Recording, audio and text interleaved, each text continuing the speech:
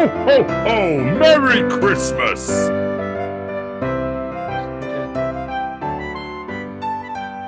Well, hello and welcome to today's episode of Need I Say Myrrh, the Christmas podcast.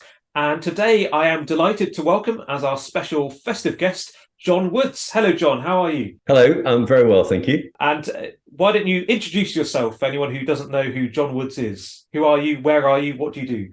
Well, my name is John Woods. At present, I'm in Latvia, but I normally live in Lancing in West Sussex on the south coast of England.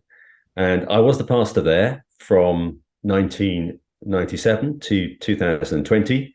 And I kind of retired a bit early from pastoral work the end of February 2020 in order to embark on an international traveling ministry. I did arrive in Latvia at the end of February, but I left the day before they locked down and the week before we locked down. So it was kind of an interesting experience. And during these past 3 and a bit years, I've worked as a training director for the School of Preachers Trust, which trains preachers in the UK, but mainly in Latvia, where I run a school of preachers. And one of the benefits of lockdown was that I had time to write, and I wrote a book called God is in the House about preaching, which is now being translated into Latvian and Ukrainian and Russian, which is kind of quite exciting. Yeah, that's wonderful. I do have a copy. I have to confess I haven't read it yet, but maybe by the time this episode goes out, I will have read it and can give a review at the end. But I've heard positive things about it. Good. Yeah, good. God is in the House, available from all good booksellers. All good booksellers or Langham Trust Direct. One of the best of all booksellers. So Indeed. Yes, thank you for joining us. And before we get into the questions that I'm asking everyone, I'm interested in Latvia and what Latvian Christmas is like. What's Christmas like in Latvia? Well, it's interesting because, chatting to people about it, it's a bit of an amalgam of ancient pagan rituals, Americanization of Christmas, which I think is kind of something that's quite common all around the world, and obviously the Christian message and practices, because Latvia has had the presence of the Lutheran Church in the country for 800 years, and also from the mid-19th century, quite a strong Baptist movement.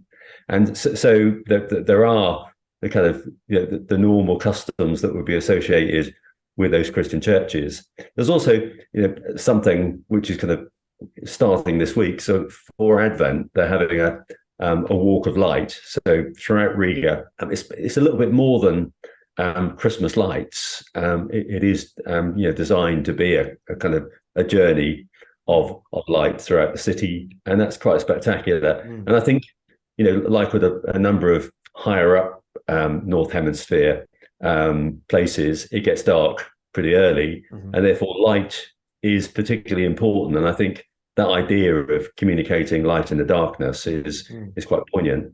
But in terms of the pagan stuff, famously there is the Midsummer Day, which is Janus Dian or Liga, which is a midsummer festival, which has some kind of really strange practices, quite a lot of drinking going on.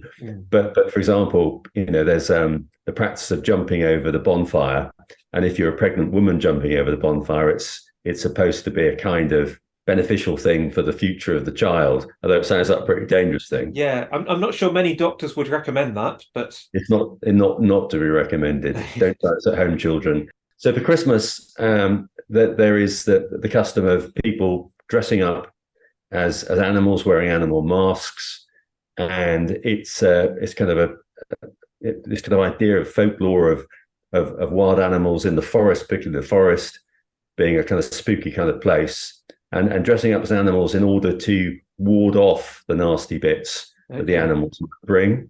And they pull with ropes a log, often an oak log, a large oak log, which is presumably the derivation of the Yule log, but this one is not chocolate. And the idea is that you pull a log through your community, and it wipes away all the kind of nasty thoughts, ideas and wishes and actions, and and reflects on the possibility of there being a new year and a new start. Okay. So that's that's probably not going to catch on in the UK, I feel. Well, we could try it. Maybe this will start a new trend, John. We'll have to see. Yeah, we'll get onto the questions that I'm asking all the guests who come on this podcast, starting with, what is your favourite festive food? Well, it has to be said, my favourite festive food is probably the Christmas pudding. And I made our Christmas puddings just before I came out to Latvia. Okay. And I love the process of making them, the smell, the feeling of mixing all the ingredients. And I go the full thing, so at Christmas, it's doused with brandy and set alight, and it comes with brandy butter and cream or white sauce. And yeah, it is wonderfully delicious. Mm-hmm. It is a good pudding, isn't it? And do you have a special kind of John Woods recipe for your Christmas pudding? Yeah, well, it's something from a book that I have, but I have adapted it. And I think the thing is that I wrote a blog on this on the School of Preachers website about variables. The dryness, the moistness of the breadcrumbs, the plumpness of the fruit, the juiciness of the lemons, the quality of the brandy, all those kinds of things. I hope this is not a temperance podcast, by the way. It's not anymore. No, but all of those variables, it can turn out quite differently. And sometimes, you've got a few kind of, nuts here and there, and you kind of throw them in as well. And so it always turns out a little bit different. But that's quite, it's quite exciting. But it's always nice. Mm-hmm. Yeah, and it's as you say, it can be a fun thing to prepare. Let's move on to music, and I'm interested to know your favourite non-religious Christmas song. Yes, no, this is really difficult because I really love Christmas and I love Christmas music. So, in the 1970s, I remember buying the re-release of the vinyl of Phil Spector's Christmas album, which is a classic, has to be said. And I have a variety of albums by a variety of people with Christmas, but my very most favourite Christmas albums are by Sufjan Stevens. He's an indie musician, and over a period of years, he released an EP of his own either renditions of Christmas music, sacred and secular, and and then made them up into two compilations. And I think it's difficult to have a favorite, but I think my favorite is The Worst Christmas Ever. And it kind of interestingly, introduces you to the idea that Christmas, for all its hype and expectations, is often miserably disappointing because our expectations are too high, and the supporting cast of our Christmas don't always come up to scratch. So this particular song talks about some of his disappointments with his dad and other aspects of the Christmas that somewhat kind of collapse around him. But it kind of ends with although it's a secular song, it kind of ends with these words: "In time the snow will rise. In time the snow will rise. In time the Lord will rise. In time the Lord will rise. Silent night, holy night, silent night." So he's kind of saying, that my experience is pretty disastrous, but maybe there is a way of getting out of this and deriving some benefit from life. Yeah, I've never heard that song, so I'll have to give it a listen. But thank you, John. I'm going to ask you about decorations. Yes, and I'm interested to know your least favourite Christmas decoration. Yeah, well, I mean, this is controversial, obviously, but but obviously this is okay for the podcast. Yeah, this podcast is aiming to stir up a lot of controversy. Indeed. Well, okay. Let's just jump straight in. I think for me, it must be mistletoe. Now, I say mistletoe because my perspective is that if you want to kiss someone and they want to kiss you, you don't need the mistletoe. If there are people you would rather not kiss, you feel that it would be best not to have that mistletoe around, to give some kind of warrant for unsolicited kissing to take place. So the mistletoe is redundant if you've got someone you want to kiss and they want to kiss you, and it is annoying if you've got people who are just a little overeager around you. There we go. You've justified your choice. Yes, no one else has mentioned the mistletoe.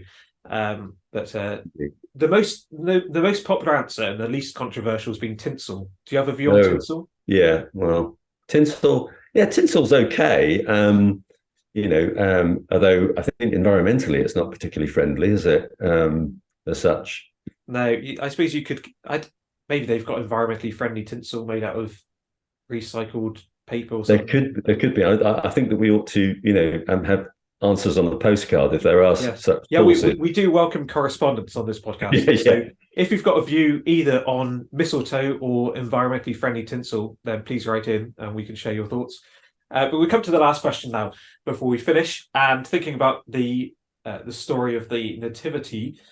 And I'd love to hear who is your favourite person in the nativity account, not including Jesus.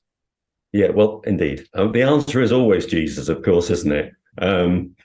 Yes. Well, I think probably it's the shepherds. Okay. Mm-hmm. For a variety of reasons. I think that, you think of C.S. Lewis's the title of his autobiography, Surprised by Joy. Mm-hmm. And I think that, that there's a sense in which you're reading an account of people who are, carried along by an unexpected event.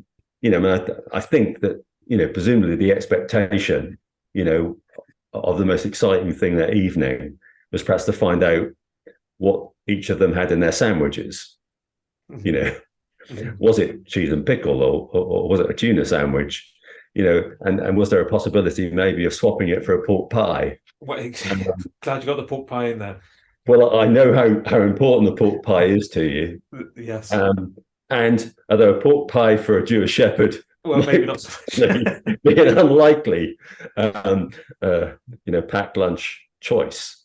But I think that, in a sense, what happens to them is so astonishing, and you kind of get this picture of these men that probably had a permanent grin on their face from the time that they kind of arrived with anticipation at the stable, and then they they're given this very simple sign, aren't they? Although it's a strange sign, there's going to be a baby, wearing the kind of clothes that babies do wear. Everything's ordinary about that, but he's going to be in a manger.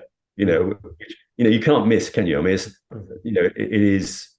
It's a bit like, the idea that if God's going to lead me to do something, a Japanese man in an admiral suit must arrive at my door at 6 o'clock and knock on it. It is, it is so astonishing. And I remember reading Francis Schaeffer's book, Ash Heap Lives, and he has a sermon on the story, and the sermon has the title, "What Difference Did Looking Make?" And he kind of imagines what difference in the lives of the shepherds when they returned, when they encountered someone who, cut them up on the road or tried to double cross them, rather than, maybe the fist in the face. Maybe there was a sense in which they, spoke and behaved differently because they'd met Christ. Which is very. So I read that sermon every year, and I find that stimulating for my Christmas preaching. Yeah, no, that's a helpful reflection. Thank you, John, and thank you for joining us for our podcast. And we hope that you have a very happy Christmas. Thank you, and yourself.